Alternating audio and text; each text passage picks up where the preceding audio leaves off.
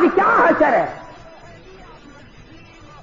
کئی آدمی غریب آدمی ہو کر جہنم کا ٹوکرا سر پہ لیے پھرتے ہیں.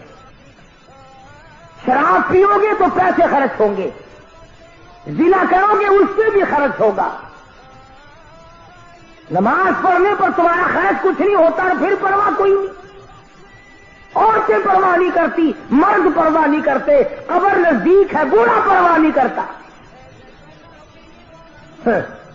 جب مر جاتا ہے پھر قبر پہ جا کر آواز لگاتے ہیں, نمازی نمازی اتر جاؤ قبر میں میت کو اتارنے کے لیے. نمازی نمازی قبر میں اتر جاؤ میت کو اتارو. اور چودھری صاحب, شیخ صاحب, خان صاحب, ملک صاحب, ٹھیک ہے یہ قبر میں اتارنے والے تو نمازی ہے, پر یہ تو بتا جس کی میت قبر میں اتر رہی ہے یہ کتنی پڑھا کرتا تھا؟ اگر یہ نہیں پڑھتا تھا قبر میں اتارنے والوں نے 100 حج کر رکھے ہو, اس کو کوئی فائدہ نہیں. اس کا نام ہے اعمال چلے گا, یہ قبر میں اتارنے والوں کا نام ہے اعمال چلے گا. گناہ تیرا بھگتوں میں کیوں؟ اور میں ذمہ داری سے کہتا ہوں, محمد کریم صلی اللہ تعالی علیہ وسلم نے تمام عمر مبارک میں کبھی بھی کسی حالت میں ابھی بے نماز کا جنازہ نہیں پڑھایا. تمام زندگی میں سیدنا ابوبکر صدیق رضی اللہ تعالیٰ عنہ نے بے نماز کا جنازہ نہیں پڑھایا. فاروق اعظم رضی اللہ تعالیٰ عنہ نے تمام عمر میں بے نماز کا جنازہ نہیں پڑھایا. سیدنا عثمان ذی النورین رضی اللہ تعالیٰ عنہ نے بے نماز کا جنازہ کبھی نہیں پڑھایا. سیدنا علی مرتضی رضی اللہ تعالیٰ عنہ نے بے نماز کا جنازہ کبھی نہیں پڑھایا. سیدنا حسن حسین نے کبھی بھی بے نماز کا جنازہ نہیں پڑھایا. علامہ سید عبد القادر جیلانی محبوب سبحانی رحمت اللہ علیہ بڑا پیر, یاری والے پیر نے کبھی بے نماز کا ساری زندگی میں جنازہ نہیں پڑھایا.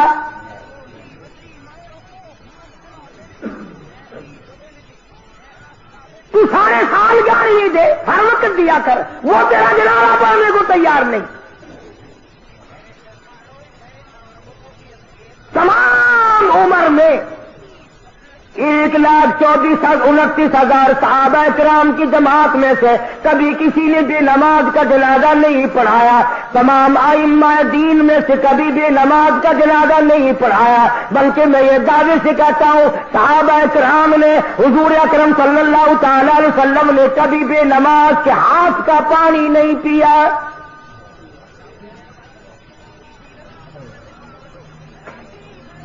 کسی نے بابا فرید الدین شکرگنج رحمت اللہ علیہ کی بڑی تعریف کی.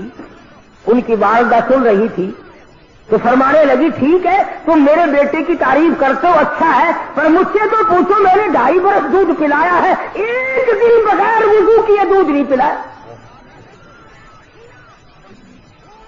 جب نمازوں کی یہ حالت ہو, تمام میں ذمہ داری سے کہتا ہوں, علل اعلان کہتا ہوں, تاریخی ثبوت لاؤ, حدیث پاک کی کتابوں میں سے لاؤ, قرآن کریم میں سے لاؤ, کوئی مائی کا لال دکھائے تو صحیح کہ کبھی کسی صحابی نے یا حضور اکرم صلی اللہ علیہ وسلم نے بے نماز.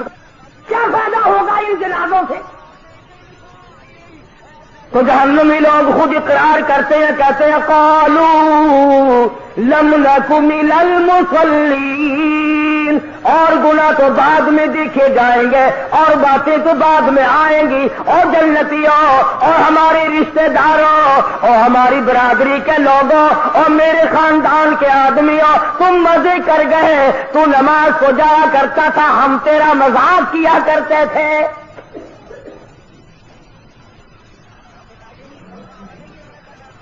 خود اقرار کر رہے ہیں, اعتراف کر رہے ہیں. بڑے بڑے لوگ آج نماز سے غافل ہیں, پرواہ ہی نہیں کرتے. بڑے بڑے کھاتے پیتے لوگ نماز نہیں پڑھتے. اللہ پاک نے فراغت بھی دی ہے, دولت بھی دی ہے, مال بھی دیا ہے, اولاد بھی دی ہے, زمین جائیداد بھی دی ہے, اللہ کے حضور میں سر جھکانے کو پھر بھی تیار نہیں. وہ ایک مرتبہ حکم آیا تھا دفتروں میں، کچھ صفحے بچھی تھی، کچھ لوٹے رکھے گئے تھے، بس ایک جمعے سے دوسرے جمعے تک عمر بھر کی نمازیں پڑھ دی، وہ پتہ نہیں صفحے کہاں گئی، وہ لوٹے کہاں گئے، وہ قانون ہی مٹ گیا، پتہ نہیں کہاں گیا۔ اور یہ کیا ضروری ہے کہ حکومت کہے تو نماز پڑھے؟